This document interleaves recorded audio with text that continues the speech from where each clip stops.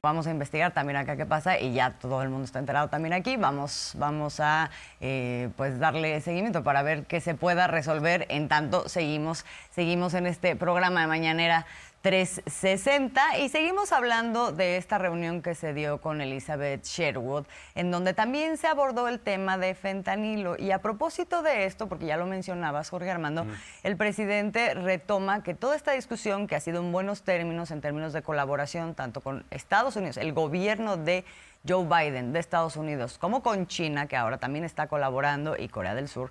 De todas maneras, esta discusión se está dando en medio de grandes campañas que lo que buscan es sabotear esto con otras agendas, o agendas políticas, agendas pues también económicas, ¿no? Y hay un pensamiento, digamos, que abraza y que está relacionado con este fenómeno, y lo ilustra muy bien el senador Lindsey Graham, también, por cierto, el senador John Kennedy, del que hoy también habló el presidente, lo retomó a propósito de un viaje que hizo, este viaje que hace el senador Lindsey Graham a Ucrania para respaldar, y en el contexto en el que Estados Unidos está financiando absolutamente la guerra allá en Ucrania, una política contra la que se ha posicionado persistentemente el presidente Andrés Manuel López Obrador. Y habla de este pensamiento, el pensamiento de estar impulsando la guerra, impulsando la generación y la distribución de armas, impulsando las invasiones y el tratamiento, el abordaje de cualquier tema por la vía,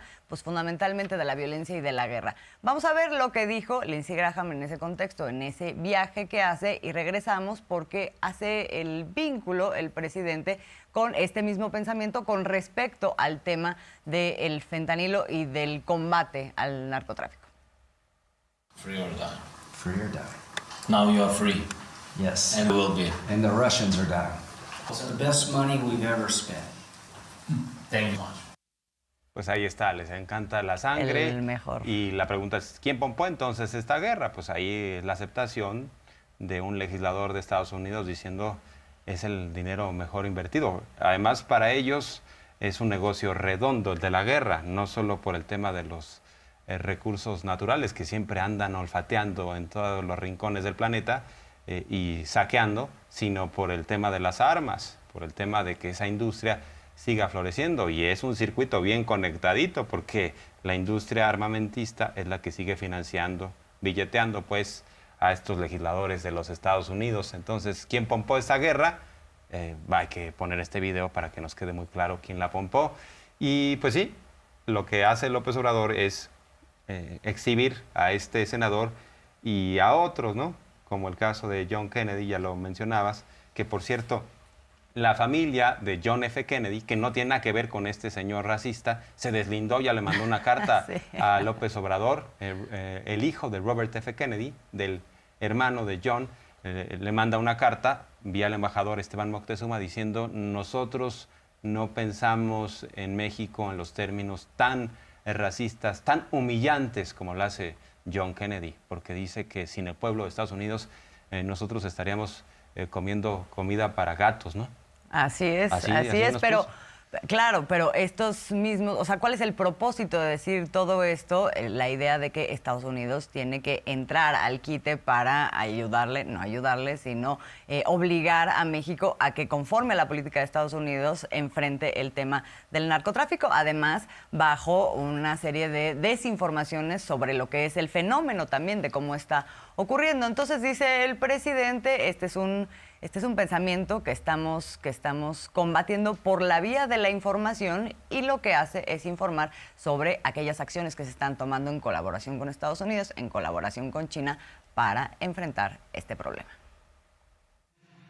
Para enfrentar ese pensamiento retrógrada y que no se manipule con ese pensamiento a la población estadounidense, que es un pueblo hermano, vecino, tenemos que estar informando constantemente de lo que estamos haciendo en forma conjunta.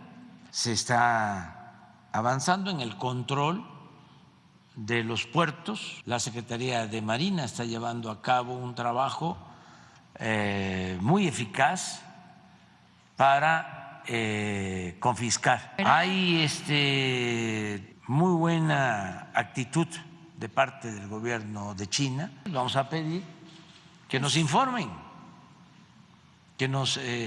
informen de quiénes adquieren estos químicos, de dónde salen, a dónde van a llegar, a qué puertos, cooperación. Y en eso vamos con el gobierno de China, y esto nos va a ayudar mucho. No queremos culpar a nadie, no se gana nada con la confrontación, máxime cuando está de por medio, pues un asunto humanitario. Y hemos avanzado, vamos avanzando, no permitiendo que se asocie la delincuencia con la autoridad. Y bueno, el presidente López Obrador pone de manifiesto que México está haciendo su parte en el combate al fentanilo y a todas las drogas, a tal grado que recientemente ejecutaron a un funcionario allá en Manzanillo de las aduanas, o sea, y venía él de ser funcionario en Tamaulipas, aparentemente lo estaban cazando los grupos de la delincuencia, y ahora que cambiaron las reglas del juego, ahora que hay una verificación pues mucho más clara sobre lo que llega a los puertos del país, pues hay sin duda mucho nerviosismo de estos grupos criminales que quieren seguir operando como lo hacían, ¿no? O sea, la vieja usanza, se ponían de acuerdo con los funcionarios y pasaba de todo. Eso también es una herencia del régimen neoliberal, ni modo, Exacto. aunque les moleste que se los pongamos en cara, pero así es, aunque les moleste que hablemos del pasado, pero así es.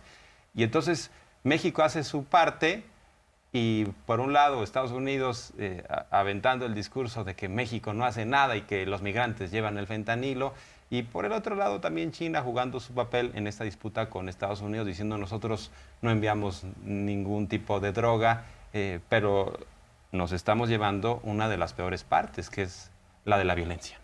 Sí, y digamos, hace varias aclaraciones el presidente. Lo importante que es que ya no existan estas complicidades entre autoridades y grupos criminales de narcotráfico. Y por otro lado, el hecho de que estas colaboraciones que se están dando con los dos países se dan de manera respetuosa, con respeto justamente a la soberanía de cada país. Eso es lo que defiende al presidente, a propósito de que se le preguntó sobre que Estados Unidos luego está ¿cómo se dice? Sancionando a empresas chinas en la producción de fentanilo, y le preguntan al presidente si México va a hacer eso y qué pasa con eso. Entonces, en la relación con Estados Unidos, el presidente establece claramente dos cosas. Una, que, o sea, reitera que la entrada de fentanilo a Estados Unidos está llegando por la vía de China, está llegando a México, está llegando a Estados Unidos, está llegando a Canadá, y que la colaboración justamente tiene que ver con la información que se está proporcionando para controlar de dónde viene, a dónde llega, cómo entra, y que se puedan entonces atacar esos laboratorios aquí en el país. Pero sí deja muy claro, eso no significa que nosotros vamos a ser, digamos, personeros tampoco de la política de Estados Unidos con respecto a China. Nosotros estamos actuando de buena fe, en colaboración, y no vamos a sancionar a nadie, ¿no? Así es, así es. En ese sentido es muy claro el presidente López Obrador, porque dice, nosotros no tomamos la agenda de ningún país, ¿no?, hegemónico, pero dice China que no llega el fentanilo a través de Asia, y nosotros sí estamos recibiendo fentanilo. No queremos meternos en asuntos diplomáticos, en asuntos de política exterior, en asuntos de una nueva guerra fría, por ejemplo. No nos metemos en eso, no compramos ese viaje, pero vamos al terreno práctico. Queremos resolver el problema del fentanilo, vamos a ver de dónde llega para evitar que llegue y que se distribuya en México, en los Estados Unidos, en cualquier región. Vamos a lo práctico, no vamos a estos juegos en donde, pues como solía pasar, ¿no? Politiqueros, al sí, fin y al o sea, cabo, se ¿no? alineaban ciertos países con una potencia, ¿no?, como en la Guerra Fría. Sí, y que siempre hay voces que quieren impulsar eso. Vamos a ver lo que tiene que ver con esto de la colaboración con China.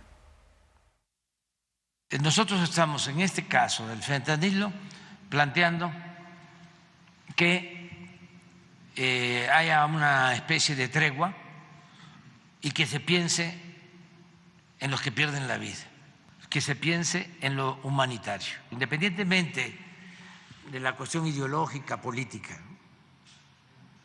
que China sí es que exporta sustancias químicas, precursores químicos, fentanilo. Ellos sostienen que no, pero si es así, bueno, que ayuden, que cooperen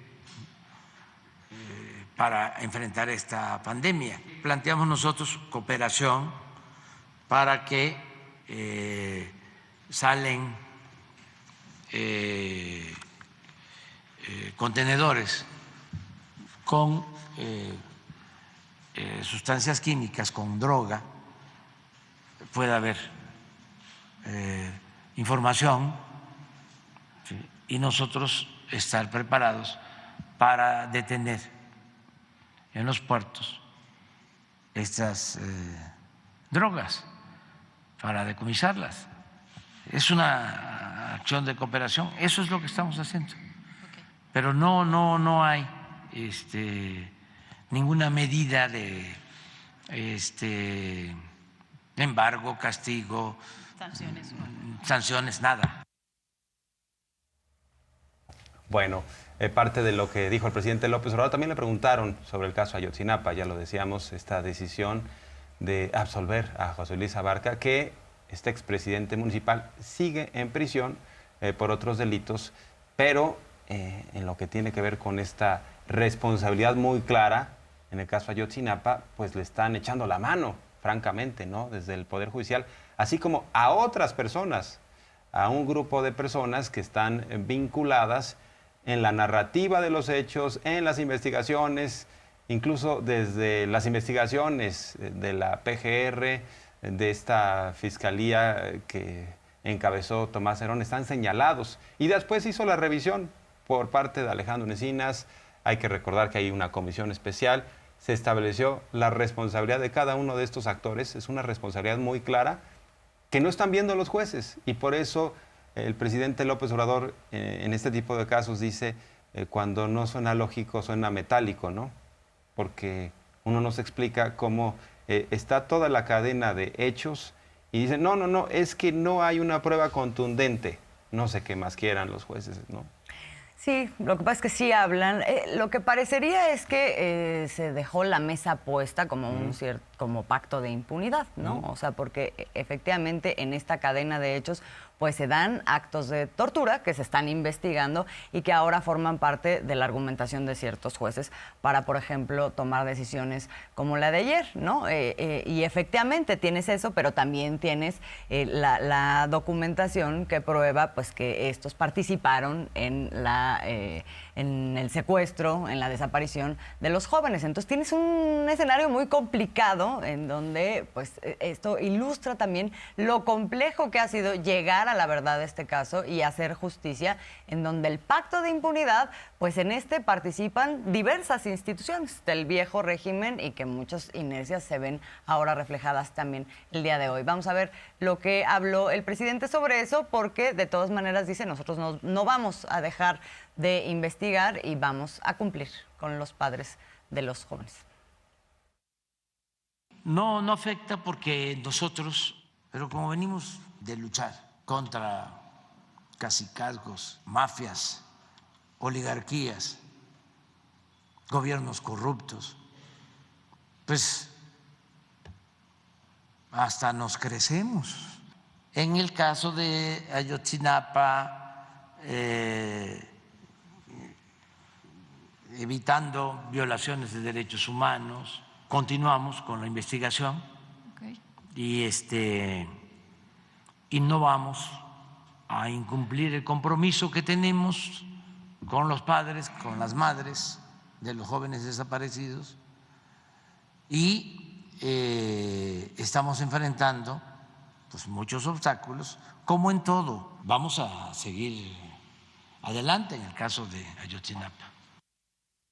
Y a propósito de temas de seguridad, recuerdan que cuando se dio la aprobación de la extensión de la presencia militar en las calles, es decir, en labores de seguridad pública, uno de los candados que establecieron los legisladores es que hubiera una comisión bicameral que diera seguimiento precisamente a estas labores de las Fuerzas Armadas en materia de seguridad pública. Esta comisión bicameral la preside Ricardo Monreal, el coordinador de Morena en el Senado, y bueno, pues ya rindieron cuentas quienes tienen que hacerlo. El secretario de la Marina, de la Defensa, también estuvo el secretario de Gobernación, ¿no? Ahí con Monreal, y hacen este corte de caja, una evaluación, pero sí, tiene que ver con una decisión de Estado, con una decisión del presidente López Obrador de mantener a las fuerzas federales, pero ya bajo otros parámetros y directrices, ¿no? Entre otras cosas, ha dicho el presidente, pues no tienen un cheque en blanco, ¿no? Para hacer lo que hacían, por ejemplo, en el sexenio de Felipe Calderón, en donde mataban a medio mundo, a propios y extraños, ¿no? De control y de rendición de cuentas, y de eso fue una muestra justo esta comisión bicameral el día de ayer en un acto inédito. Vamos a recuperar parte de lo que se dijo ayer, y entre otras cosas se habló del Poder Judicial y también de la rendición de cuentas que ahora tienen que hacer las Fuerzas Armadas. La finalidad es rendir cuentas sobre las tareas de seguridad pública en las que están involucradas las Fuerzas Armadas. Estamos convencidos que este ejercicio republicano es el primero y tendremos todos los que sean necesarios para dialogar y fortalecer las instituciones de seguridad pública de todo el país. Derivado de la construcción de un consenso político, se acordó que las Fuerzas Armadas participaran en las tareas de seguridad pública en las entidades federativas de manera extraordinaria, regulada, fiscalizada, subordinada y complementaria. Es decir, las labores que desempeñe la Fuerza Armada Permanente serán solo de apoyo y auxilio de las instituciones de seguridad pública y deberán tener un fundamento y una motivación. Asimismo, deberá corroborarse que en todo momento se han respetado los derechos humanos de pueblos y comunidades indígenas y afromexicanas. No quiero dejar de señalar que la ineficiencia del Poder Judicial, que deja una gran parte de los delitos cometidos sin castigo, continúa siendo un profundo lastre para acabar con la impunidad y la inseguridad, por lo que debemos avanzar todos en la limpieza urgente que ese poder necesita para funcionar correctamente. Solo así el pueblo de México volverá a confiar en los jueces y en la justicia. Oye, y a propósito de estos temas... De pactos de impunidad. De estos pactos... que estamos viendo y que, por cierto, esos no se destacan en ninguna portada, ¿no? Lo de Abarca no se trata en ninguna portada del día de hoy, pero sí las la declaración desinformaciones, ¿verdad? del presidente de ayer. O sea, la modificaron como si fuera plastilina, le dieron vuelta, ¿no?, a esta declaración de López Obrador, en donde siempre ha dicho, a ver, yo prefiero la paz a la guerra, yo prefiero abrazos, no balazos. Eso no quiere decir que el Estado renuncie a su función de combatir a los criminales, pero siempre ha buscado, ha pugnado porque los grupos sociales no se enfrenten, porque no se genere esta violencia. Siempre ha dicho que también estas comunidades que fueron muy desfavorecidas y en donde penetró el crimen organizado, pues deben también optar por el camino de la paz, por el camino de los programas sociales, de poder desarrollarse sin caer en la tentación, ¿no?, de los criminales. Y sobre esa argumentación se fue el presidente y algunos medios dijeron, no, ya quiere pactar con el cártel de Sinaloa, con el cártel Jalisco Nueva Generación, ¿no? Pues sí, ni que fuera García Luna, que es lo que hacía. Además, García Luna pactó con ellos a cambio de millonadas. Sí, nada más vamos a verlo rápidamente, si me regalan la portada del Universal del día de hoy, que dice: AMLO apoya propuesta de pacto con criminales, que eso, por cierto, no fue la propuesta, también lo sostiene así el Reforma el día de hoy, aprueba pacto con criminales. La propuesta, ¿cuál era? De una madre buscadora, más bien un pacto de paz, un llamado a los grupos criminales para que cesaran la violencia y les permitieran buscar a sus seres queridos desaparecidos y familiares. Con eso el presidente estuvo de acuerdo, por eso me parece que quien mejor lo lleva este tema pues es La Jornada el día de hoy, cuando dice: apoya a AMLO propuesta de pacto de paz con 9 cárteles. Pero aquí estamos hablando de una nueva manipulación de la información en donde lo que se intenta hacer creer es esto que estás diciendo, Jorge Armando, que el presidente está queriendo pactar con criminales, ¿no? En un pacto finalmente de impunidad. Esto es lo que quieren hacer creer, cuando lo que vemos es pues que venimos de situaciones tan graves como la de los 43 normalistas de Ayotzinapa, de los que este tema y otros no se habla nada. Y en ese pacto de impunidad, pues también está el Poder Judicial. Que ya lo decía el secretario de Gobernación, ¿no?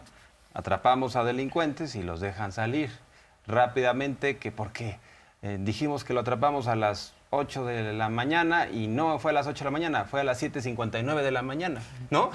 Entonces, con ese tipo de argucias, ¿no? Para beneficiar a los criminales, y entiendo que tenemos una pieza precisamente de lo que tiene que ver con este Poder Judicial, que hay que insistir, tiene que pasar por un proceso de transformación. En 2018 fue el llamado a la democracia, a la democratización de la vida pública, a la rendición de cuentas de los funcionarios, a la austeridad, a que se pongan frente a la ciudadanía y no de espaldas al pueblo. Pero en el Poder Judicial no tomaron nota. No tomaron nota, y este es el contexto de toda esta discusión, en donde, recordemos, el domingo hubo una marcha y nuestros compañeros de Infodemia hacen una muy buena recuperación de los discursos de odio que surgieron a propósito de lo que ahí ocurrió, que ya era suficientemente grave. Vamos a ver.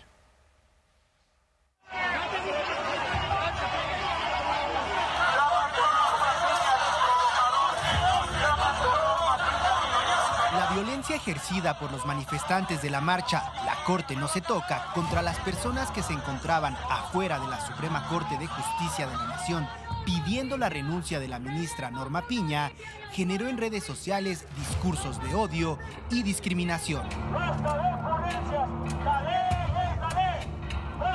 1. Clasismo y racismo. Con calificativos como indios pata rajada, nacos, imbéciles, ignorantes, gentuza, fumigación de ratas o vándalos, usuarios de redes sociales que apoyan la marcha La Corte no se toca, se expresaron en contra de las personas que defienden una reforma al Poder Judicial. A pesar de que los políticos de la oposición minimizaron estas expresiones y la violencia ejercida contra quienes protestaban afuera de la Suprema Corte, los términos discriminatorios estuvieron presentes en las conversaciones de redes sociales.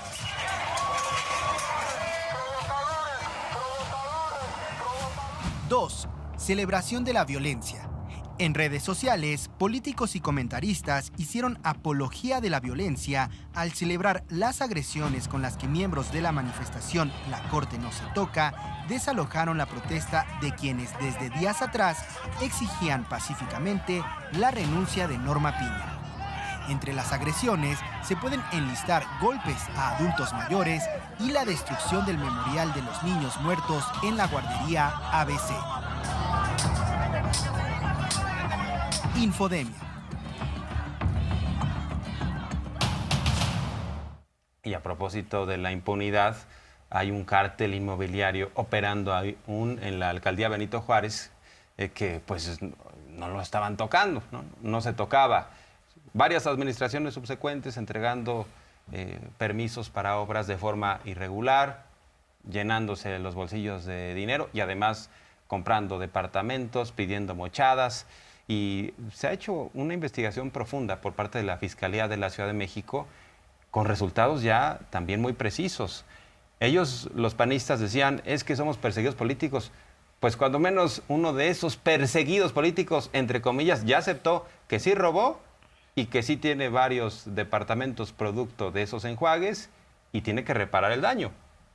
Sí, Nicias Aridgis, que ayer se da esta primera sentencia a propósito o derivada de justo el reconocimiento de Nicias Aridgis, que era secretario de Obras, de haber participado en específicamente ayer se le condena o se le sentencia por el tema del enriquecimiento ilícito. Hay otras carpetas abiertas que tienen que ver con el manejo de recursos también ilícitos, incluso creo que está el tema de la extorsión, ¿no? Ahí porque se pedían departamentos a cambio del otorgamiento de permisos, en fin, o sea, no nada más es el propio enriquecimiento que ahora está aceptando y que lo lleva a esta sentencia que por darse en un contexto de juicio abreviado, es decir, el juicio abreviado se da porque él reconoce y entonces eso se deriva que